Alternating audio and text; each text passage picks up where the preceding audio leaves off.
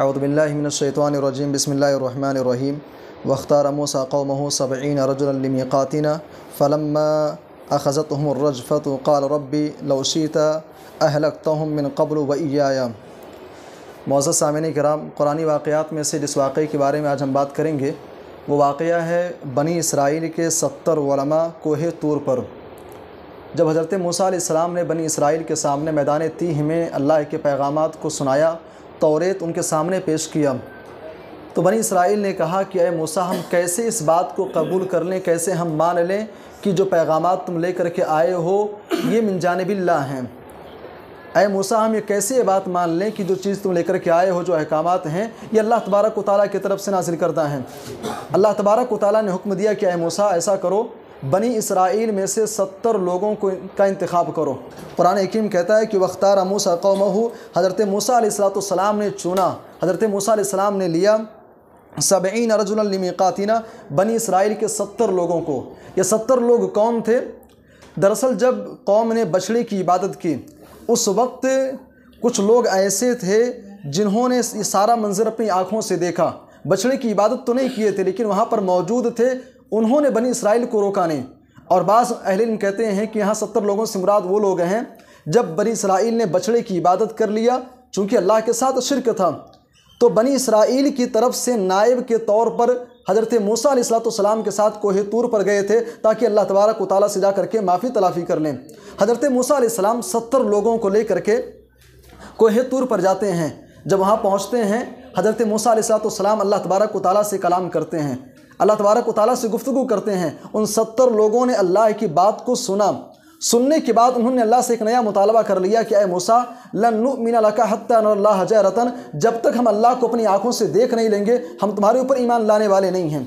حضرت موسیٰ علیہ السلام سے جب انہوں نے یہ مطالبہ کیا، فوراً اللہ تبارک و تعالیٰ کی طرف سے ایک عذاب مسلط ہوتا ہے، ایک بجلی کی کڑک آتی ہے اور سارے کے سارے لوگ وہیں پر مر جاتے ہیں۔ حضرت موسیٰ علیہ السلام اللہ سے دعا کرتے ہیں کہ اللہ اگر یہ 70 علماء جو بنی اسرائیل سے میں لے کر کے آیا ہوں اگر یہ مر گئے، ان کو دوبارہ زندہ نہیں کیا گیا، اے اللہ میں بنی اسرائیل کے پاس جا کر کے ان کو کیا جواب دوں گا؟ اللہ تبارک و تعالیٰ نے حضرت موسیٰ علیہ السلام کے فریاد پر، ان کے کہنے پر اللہ نے دوبارہ ان کو زندگی عطا کر دی۔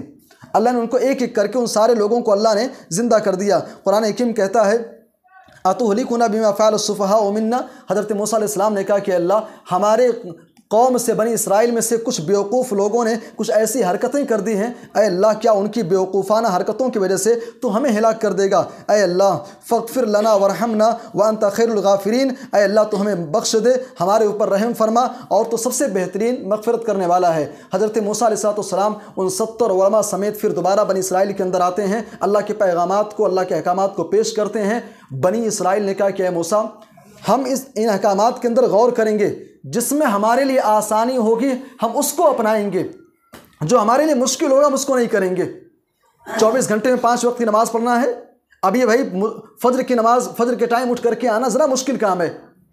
آپ یوں سمجھیے کہ جو چیزیں ہمارے لیے مشکل ہیں شرعی اعتبار سے ہم وہ کام نہیں کریں گے، جو ہمارے لیے آسان ہے اے موسیٰ ہم صرف اور صرف اسی کو اپنائیں گے۔ اللہ تبارک و تعالیٰ کی طرف سے حکم ہوتا ہے، فرشتوں نے پہاڑوں کو اٹھا کر کے بنی اسرائیل کے لا کر کے اوپر بالکل سائبان کے طریقے سے کر دیا، اور کہا کہ اے بنی اسرائیل اگر بات مانتے ہو تو ٹھیک ہے، نہیں مانتے ہو تو اسی پہاڑ کے ذریعے سے کچل دیا جائے گا، سارے لوگوں کو تباہ و برباد کر دیا جائے گا۔ جب انہوں نے اللہ تبارک و تعالیٰ کی طرف سے اس عذاب کے بارے میں سنا، سارے کے سارے لوگ سجدے میں گر گئے۔ حضرت موسیٰ علیہ السلام کے احکامات کو، جو پیغامات لے کر کے آئے تھے، انہوں نے اس کو تسلیم کر لیا۔ میرے بھائی اور دوستو، اس واقعے کے اندر ہمارے اور آپ کے لیے ایک بہت بڑی نصیحت ہے۔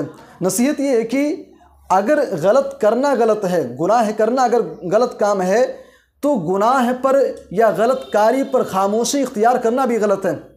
اگر اس محلے کے اندر نشہ عام ہے، آپ نشہ نہیں کرتے ہیں بھائی، لیکن اگر آپ کے ہاتھ میں اتنا پاور ہے کہ آپ نشے کا جو ماحول ہے یہاں سے ختم کر سکتے ہیں، آپ ختم نہیں کر رہے ہیں، آپ اس کے خلاف کوئی ایکشن نہیں لے رہے ہیں، آپ بھی برابر کے مجرم ہیں۔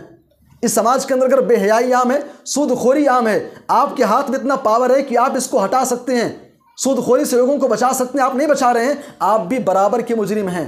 ظلم سہنا بھی تو ظالم کی حمایت ٹھہری، خاموشی بھی تو ہوئی پشت پناہی کی طرح۔ اللہ ہم سب کو کہنے سننے زیادہ عمل کی توفیق دے، آمین، تقبل یا رب العالمین۔